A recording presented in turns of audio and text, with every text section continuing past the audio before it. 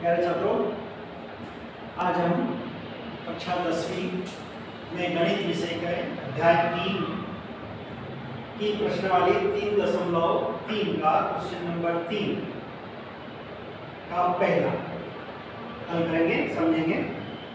Question number 3 में इस प्रकार से है, निम्न समस्याओं में रैखिक समीकरण युग्म बनाइए और उनके हल प्रतिस्थापन विधि द्वारा ज्ञात कीजिए। पहले समीकरण युग्म बनाना है और फिर प्रतिस्थापन विधि के द्वारा उन्हें ज्ञात करना है। ठीक है, तो सवाल नंबर 1 है, दो संख्याओं का अंतर 26 है। दो संख्या है, उनका अंतर 26 है। एक संख्या दूसरी संख्या की 3 गुनी है, उन्हें ज्ञात कीजिए। तो सबसे पहले तो हम मानेंगे, दो संख्या दे रखी है तो माना पहली संख्या बराबर x और दूसरी संख्या बराबर y। अब इसमें प्रश्न के हिसाब से इसको लिखेंगे। प्रश्न अनुसार क्या दिया है हमें, दो संख्याओं का अंतर 26 है, यानी जो दी गई संख्या है उनका अंतर 26 है। तो x माइनस y बराबर 26, ये समीकरण नंबर 1। दो संख्याओं का आप लिख सकते हो, दो संख्याओं का अंतर बराबर 26, इस प्रकार से। एवं अब दूसरी कंडीशन है, एक संख्या दूसरी संख्या की 3 गुनी है। एक संख्या दूसरी की 3 गुनी है, 3 गुनी है। तो कैसे लिखेंगे, एक संख्या दूसरी की 3 गुनी है, यानी कि x बराबर 3y। ये आपके समीकरण नंबर 2 होगी। अब इसको हमें हल करना है प्रतिस्थापन विधि से। प्रतिस्थापन विधि में हमें मालूम है कि किसी भी एक चर का मान यदि हमें प्राप्त हो जाता है तो उसके मान को हम बारी बारी से रख देते हैं, समीकरण 3 बनाते हैं। लेकिन यहाँ पे ऑलरेडी x का मान आ चुका है, तो हमें यहाँ पर समीकरण 3 बनाने की जरूरत नहीं है। डायरेक्ट क्या लिखेंगे, समीकरण 2 से मान समीकरण 1 में रखने पर। समीकरण 2 से मान समीकरण 1 में रखने पर मान रख देंगे। x माइनस y बराबर 26 है, x की जगह पर आपका मान आ जाएगा 3y minus y equal to 26। 3 में से 1 घट जाएंगे तो अपने पास में 2y 26 आ जाएंगे, तो y इक्वल टू 26/2 30। तो y का मान कितना आया, 30, यानी कि दूसरी वाली संख्या हमारी 13 है। अब जो ये y का मान आया है 13, इसको कहाँ रख दोगे आप, समीकरण 2 में। तो y का मान समीकरण 2 में रखने पर मान रख देंगे समीकरण 2 में।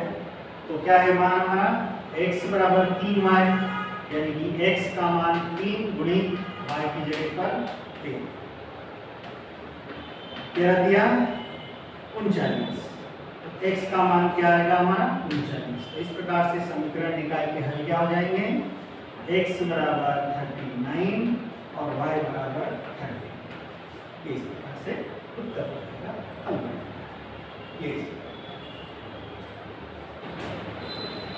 तो ये था हमारा क्वेश्चन नंबर 3, उसका पहला भाग। इसी में एक और भाग है, इसके 2-3 भाग दे रखे हैं हमें। इसमें एक से देखिए क्वेश्चन। स्टूडेंट्स, क्वेश्चन नंबर 3 का थर्ड पार्ट। एक क्रिकेट टीम के कोच ने 7 बल्ले तथा 6 गेंदे रुपए 3800 में खरीदे।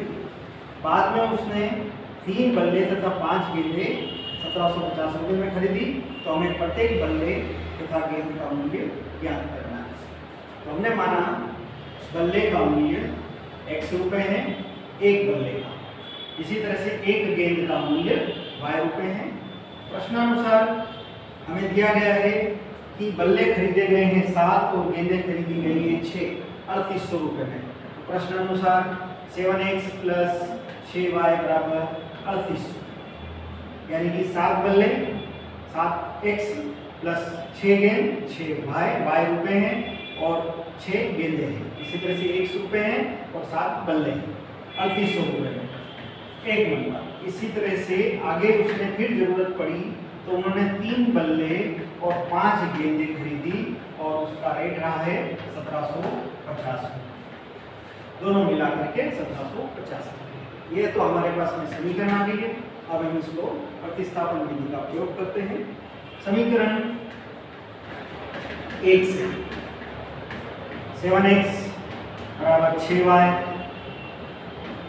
प्लस 6y बराबर 3800, या 7x बराबर 3800 माइनस 6y, या x बराबर 3800 माइनस 6y बटे में 7। ये आपकी समीकरण आ गई 3। आपको हमेशा याद रखना है कि समीकरण 3 में किसी एक चर का मान आना ही चाहिए, या तो x का आना चाहिए या y का आना चाहिए, तभी आपकी समीकरण 3 कंप्लीट होगी। जैसे यहाँ पे 7x आया तो ये यहीं पे खत्म नहीं होता है, क्योंकि यहाँ पे x के साथ में एक कांस्टेंट 7 है अचर का, हमें इसको केवल x के मान के रूप में लाना है। अब x का मान हम रखेंगे समीकरण 2 में, 1 का हमें काम नहीं है क्योंकि हमारे समीकरण 3 आ चुके हैं। तो अब हम लिखेंगे समीकरण 3 से मान समीकरण 2 में रखने पर मान रखेंगे 3x प्लस 5y बराबर 1750।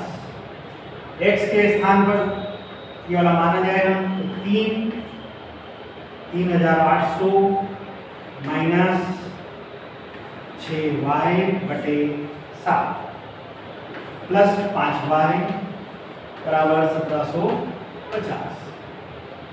3 का गुणा कर देते हैं, 0 0 3 बटे 24, 3 या 9 2 11, 11400, इधर 3 का 6 में 3 6 18 और बटे में 7, इसमें गुणा नहीं होगा, प्लस 5y बराबर 1750।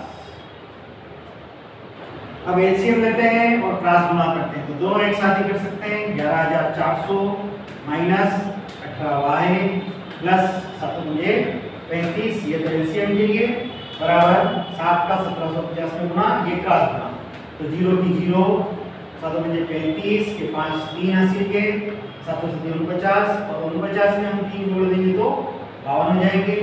फिर 5 7 एकम 7 7 में हमने 5 जोड़ दिए तो कितने हो गए 12250।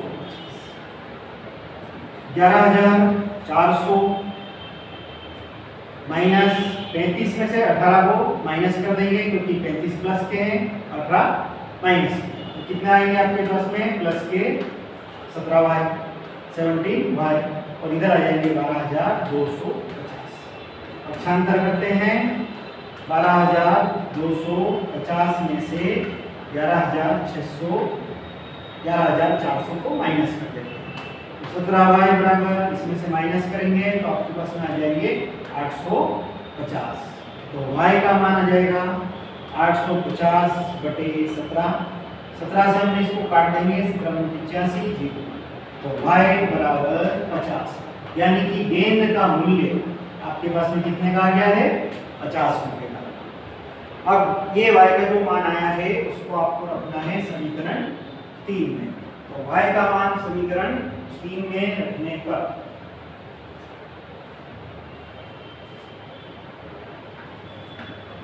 y का मान समीकरण 3 में रखने पर x बराबर 3800 माइनस 6 और y का मान है 50, गुणित में 50 और बटे में 7, 3800 माइनस 6 बजे 30 और 0 थी 0, इसका गुणा कर देंगे बटे में 7।